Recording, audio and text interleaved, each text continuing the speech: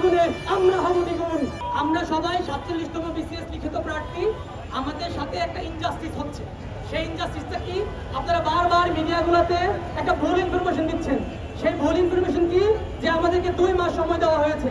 আসলে আদতে আমাদেরকে সময় দেওয়া হয়েছে 40 দিন। আমার যেই ভাইয়েরা 49তম বিসিএস দিয়েছে তারা কি আমাদের প্রার্থী না? রাতের 12টায় যদি রেজাল্ট হইতে পারে, রাতের 12টায় কেন প্রজ্ঞাপন হইতে পারবে? দ্বিতীয়ত, শুধু প্রজ্ঞাপন দিলে আমরা ক্ষান্ত হব না। বিএসসিকে অ্যাকনলেজ করতে হবে যে আমাদের প্রতি তারা একটা ইনজাস্টিস করছিল। সাথে সাথে প্রজ্ঞাপন দিয়ে এবং আমাদের উপর যে অতর্কিত হামলা, সেই হামলার বিচার দিতে হবে। কোন নাটক কোন করবীয় ভাবছেন 5 জনকে মারবেন, 10 জনকে মারবেন, এই পুলিশ বাহিনী দিয়ে মারবেন, আমরা দমে যাব না। আমরা আসছে ফাগুনে আমরা হব দ্বিগুণ। বিএসসি, তুমি যদি ভাবো তুমি হচ্ছে, আমরা যদি ভাবো পোষাগুরু, তুমি মা কল্পতরু, এটা ভাবার সময় নাই। সুতরাং আমরা এই বাংলাদেশে প্রত্যেকটা স্বাধীনতা সংগ্রাম আন্দোলনে, 90-এর আন্দোলন, 24-এর আন্দোলন, প্রত্যেকটা আন্দোলনে আমরা দেখেছি ছাত্রের ভূমিকা কি। ন্যায্য দাবি কখনোই কখনোই কখনোই হারে না। যত 1 মিনিট আগে ওনারা বিজ্ঞপ্তি দিবেন, 1 মিনিটের কাজ বিজ্ঞপ্তি দিবেন, আমরা বাসায় ফেরত যাবো। আমরা আর যদি ওনারা বিজ্ঞপ্তি না দেন, আমরা রাত দিন সকাল সারাক্ষণ রাজপথে কোথাও না কোথাও থাকবো। সকাল থেকে রাজপথে পাবে, কোথাও না কোথাও পাবে। এই রাজপথ থেকে আমাদের হয় লাশ করে ফেরত দিবে, আর না হলে আমাদের বিজ্ঞপ্তি দিবে।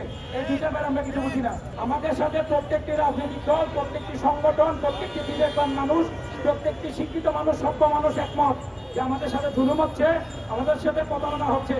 আমরা ছাত্ররা পিএসসির মালিক কোনো চেয়ারম্যান না। আমাদের দায়িত্ব নিয়েছেন অভিভাবক হিসাবে আমাদেরকে গাইড করার জন্য, আমাদের কাজ করার জন্য।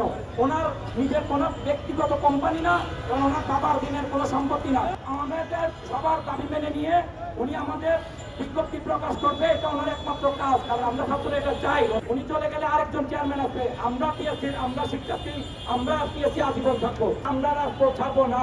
আমাদের পরীক্ষার যৌক্তিক সময় দিয়ে মিনিমাম 2 মাস রুটিনের হাতে সময় রেখে, যৌক্তিক সময় দিয়ে নতুন পুরাতনের এই বৈষম্য দূর করে আমাদেরকে লেভেল প্লেইং ফিল্ড দিয়ে আমাদের এই এতদিনের পরিশ্রমের প্রতি ওনারা একটা হৃদয়বান হবেন এবং আমাদের প্রতি জুলুম থেকে রেহাই দিবেন, আমাদেরকে প্রতারণা থেকে বাঁচাবেন এবং আমাদের মেধার পরিচয় দেওয়ার, মেধার প্রমাণ দেওয়ার একটা সুযোগ দিবেন।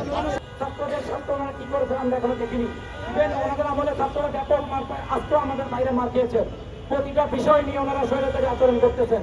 পিএসসি উনি বলতেছেন ওনার এটা সাংবিধানিক সংস্থা। এই সংবিধান কার আর এই সংস্থা কার? আমাদের।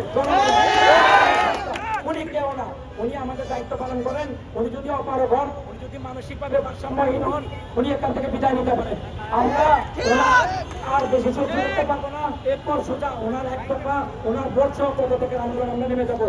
সবার নয় ওনাকে বিদায় করবো।